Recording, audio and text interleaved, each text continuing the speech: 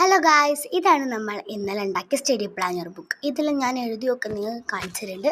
അതേ മീൻ്റെ പുറം വശം ഈ ഒരു ഭാഗം എങ്ങനെയുണ്ട് നിങ്ങൾ പറയും.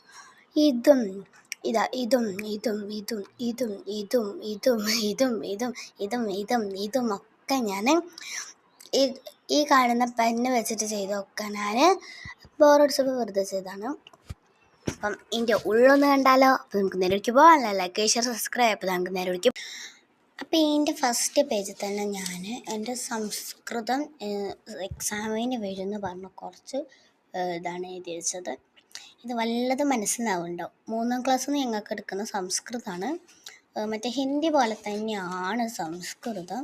ഇത് പിന്നെ ചിത്രം വരച്ചാൽ നിങ്ങൾ കൂടുതൽ ശ്രദ്ധിക്കേണ്ടത്. ഞാൻ വെറുതെ ഒന്ന് ചിത്രവും കൂടി വരച്ചാണ്, പേര് മാത്രവും മതി. പക്ഷേ ഞാൻ വെറുതെ ചിത്രമൊക്കെ വരച്ചാണ്.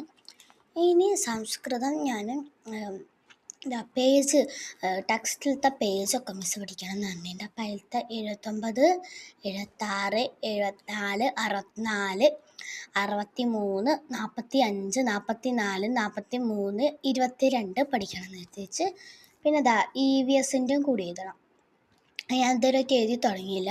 ഇത്രയാണ് നമ്മൾ ഈ സ്റ്റഡി പ്ലാനറിൽ ഞാൻ ഉണ്ടാക്കി. ഇതിൽ കുറച്ച് പേജുള്ളൂ. നമുക്കൊന്നും കൂടി എഴുതിയിട്ട് തന്നെ ഉണ്ടാക്കണം. എനിക്ക് ഭയങ്കര ഇഷ്ടമായി.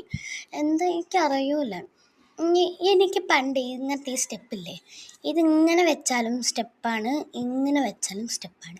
അത് വരയ്ക്കാറിയില്ല. എൻ്റെ ഫ്രണ്ടൊക്കെ പഠിപ്പിച്ചെന്താണ്. ഇപ്പോൾ എനിക്ക് ഭയങ്കര സന്തോഷം അതും കൂടി പഠിച്ചപ്പോൾ. ഇത് കണ്ടോ, ഇങ്ങനെയുണ്ട്.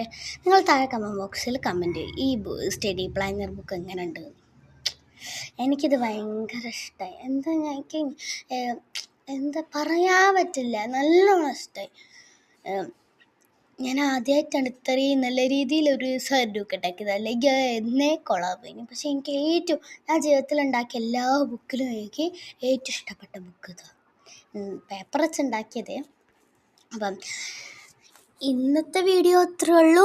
By bye. ദൈനുള്ള ലൈക്ക് ഷെയർ സബ്സ്ക്രൈബ് ചെയ്യുക. ദൈവന സൈനിങ് ഓഫ്. ബൈ. ഞാനില്ലേ ആ സംസ്കൃതം ടെസ്റ്റ് മുഴുവൻ അതൊക്കെ ഇതിൽ എഴുതി വെച്ചിട്ടുണ്ട്. നിങ്ങൾ എഴുതിയിട്ടാന്ന് ഉണ്ടാക്കിയൊക്കെ. ബുക്ക് എങ്ങനെ ഉണ്ടെന്ന് പറയൂ. ബൈ.